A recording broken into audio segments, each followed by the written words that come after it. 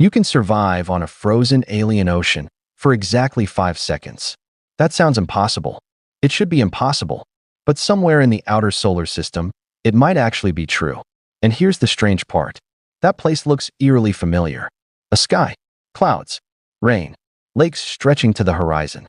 At first glance, it almost feels like Earth. But it's not. Because every drop of liquid on this world could kill you. Welcome to Titan. A moon so distant, even light takes over an hour to get there. A world orbiting Saturn, wrapped in thick orange haze, hiding secrets no one fully understands. But here's the question. Why is Titan considered one of the most promising places for life, when everything about it should be deadly? And that's where things start to unravel. To even get there, you need to travel 1.2 billion kilometers. 7 years in deep space. No rescue. No second chances. Just you and a destination that may not want you alive. But imagine you make it. Saturn rises in the sky, enormous, impossible, its rings stretching like a cosmic scar across space. It's beautiful. Too beautiful. Because what happens next changes everything. You begin your descent. Through thick clouds.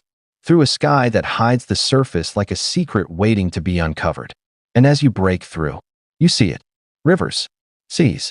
Endless dark lakes shimmering under alien light. But here's the twist. They're not made of water. They're made of liquid methane. And you're about to jump in. The moment you land, something feels off. Not dangerous. Not hostile. Just wrong. And this is where it gets weird. You could actually walk here. Titan's atmosphere is thick. Dense. Thicker than Earth's.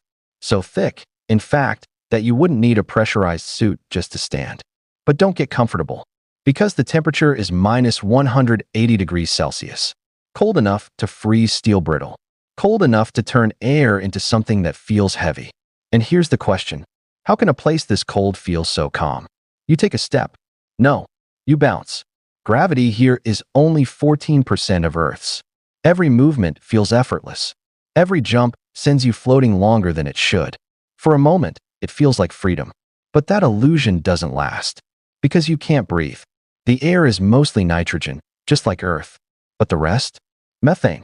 Invisible. Silent. Deadly. 5 seconds without oxygen, and it's over. But that's not even the craziest part. Look up. Clouds drift slowly overhead. And then it starts to rain. Except, it doesn't fall like rain. Each drop floats. Suspended. Slow. 6 times slower than rain on Earth. Like time itself is lagging. And suddenly, the world feels less real. Because what kind of planet rains fuel? And calls it weather? And that's when you remember your mission. You didn't come here to walk. You came here to jump into one of those lakes. And something out there doesn't want you to do it. Stop.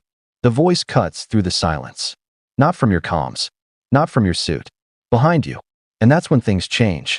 You turn. A figure stands there. Suit damaged. Flickering. He shouldn't be alive. But he is. Name's Chase, he says. Year 3050. I think. And here's where it gets strange. He smiles. I die a lot. Not a joke. Not sarcasm. A fact. He explains it fast. Too fast. An alien cube. A mistake. Now every time he dies, he comes back. Different place. Different time. Same memory. And that's the twist you didn't expect. You're not the first person to try this. Not even close. Chase steps closer. I've seen this play out, he says. Every version ends the same way. But here's the question. If he knows what happens, why is he here? Because maybe this time changes, he says. You look back at the lake. Dark. Still. Waiting. Chase shakes his head. That's not water. You already know that. But what you don't know is what it does to you. At these temperatures, water is rock solid. But methane? Still liquid. Still flowing. Still deadly. And that's when he says it. If you jump, you don't come back. A pause. Then a quieter voice. Unless you're me. And suddenly, you're not sure if the real danger is the lake or the man who survived it. You step closer anyway. Because curiosity is stronger than fear. It always is. And this is where it gets dangerous. You're wearing the suit. Advanced. Reinforced. Built for extremes. So technically, you can survive. For a few seconds. Maybe 5. But that's all you need. Right? Chase doesn't stop you. That's the unsettling part. He just watches. Like he's seen this moment too many times. You reach the edge. The liquid is perfectly still. Too still. No ripples. No movement. Like it's waiting. And then, you jump. The impact is softer than expected. Thick. Dense. Not like water. And for a second, it feels fine. Cold, yes. But manageable. And then, what happens next changes everything. Your suit cracks. Not loudly. Not dramatically. Just a faint snap. But here's the strange part. You feel heat. Not cold. Burning. Sharp. Violent. Because methane meets oxygen. And your suit becomes a reaction chamber. Energy. Pressure. Failure. Your body locks. You can't move. You can't breathe. You can't think. 5 seconds suddenly feels like forever. And then, nothing. Silence. Darkness. But that's not even the end. Because somewhere nearby, Chase is still standing. Watching. Waiting. Like he already knows. What happens after you die? You wake up. Same sky. Same horizon. Same lake. And Chase is still there. Exactly where he was. And that's the moment everything breaks. You see it now, he says quietly. This isn't a mission. It's a loop. Every attempt. Every jump. Every death. Repeats. And here's the twist that changes everything.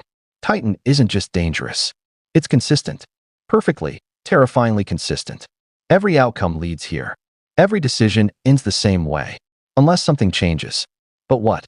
Chase looks at you. I've tried everything, he says. Different angles. Different suits. Different timings. Same result. Every time. So here's the real question. Was the mission ever about survival? Or was it about understanding why survival is impossible? Because Titan doesn't just test your body. It tests reality itself. A world where chemistry betrays you. Where cold burns. Where rain falls in slow motion. And where death might not be the end. But that's not even the most unsettling part. What if the loop isn't caused by Titan? What if it started long before you arrived? Back on Earth. Back at launch. Or the moment someone decided this mission was a good idea. Chase steps back. You can try again, he says. And you will. Because something inside you needs to know. Needs to see if this time is different. But as you turn toward the lake again, one question lingers. If every version of you ends the same way, then who is the one that finally escapes?